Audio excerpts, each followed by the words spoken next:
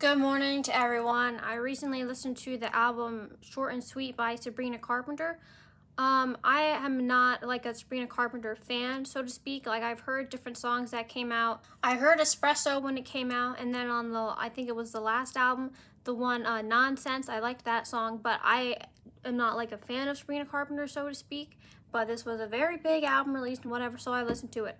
First, I wanted to talk about the album cover. I did not like the album cover. Ever since like the album cover came out, like before the album came out, I thought it wasn't good. It's aesthetically pleasing, I guess, in that like we like looking at people who are more conventionally attractive, but like from an artistic sense, I didn't understand the whole, like I felt like there was no artistic like thought behind it. Like it was just, and I understand maybe that was by design and that, oh, it's just like a feel-good album called Short and Sweet. You know, we don't really need to have a big thing behind, you know, this is what pop music is. I understand that, but from my perspective, I didn't think the album cover was all that. The first song on the album, Taste, I thought it was like very lackluster. You know, I don't understand how this song got as big as it did compared to, you know, some of her other singles like Espresso.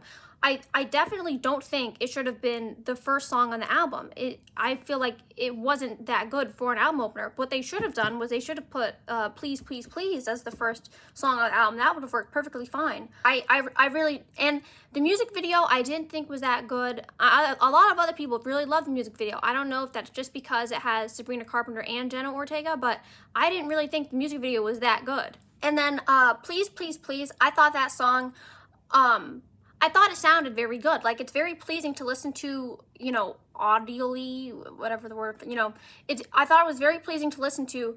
I thought also a lot of the vocalizations she did were very good. So like instead of singing, it would be like, oh, all I'm asking, baby. Like some of the points in which she would be like talking, so to speak, instead of singing, I thought that sounded very good and it worked very good.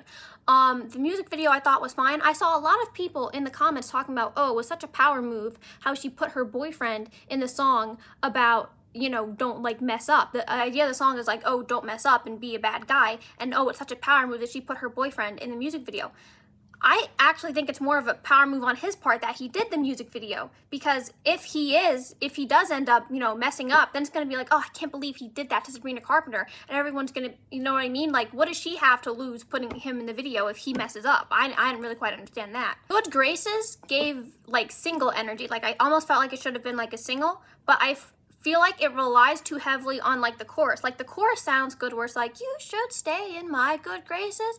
But at like the verses, I didn't think were, you know, as good as the chorus. I also thought some of the phrasing was like a little bit weird, like the way things were like phrased. That was a little bit weird to me. Sharpest Tool, I was a bit confused about. Like I understand, you know, the guy was being sus and her feelings were involved and all that stuff, but like composition wise, I was just a little bit confused.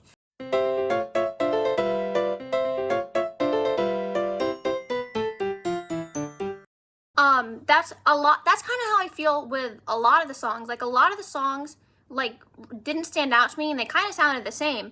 Like for example, let me look at my like Bedchem, for example. That's kind of how I felt. I felt like that was too oversaturated with like double entendres and puns and whatever. Like I felt like that was it was kind of a bit much altogether. And then Espresso, I do like the song Espresso. When that came out, I first listened to it and I didn't really get it. Then I listened to it like one or two more times and then I got it. But the whole I'm working late because I'm a singer, that was a cultural reset.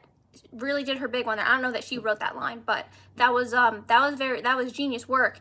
And it really is like, you know, the song of the summer. So yeah, that was just like a great, you know, pop song. I was once again confused by the song Dumb and Poetic. Like that song had like one of the most emotional deliveries, but I felt like the content wasn't really there. Like all the different details were there, but they were like kind of like disjointed the way they were put together. I was really confused.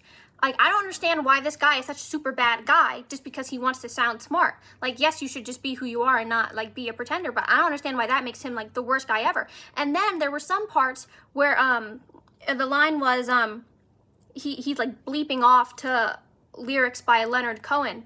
I didn't understand, is that really supposed to be that profound? Like, I don't know, that wasn't very profound to me. I just don't understand why he's that bad because he wants to sound smart, you know? or he wants to impress her or something like that. And then the rest of the album didn't, but one more thing I want to say, the song Lie to Girls, I think it's the last song, where she says, you don't have to lie to girls. If they like you, they'll just lie to themselves.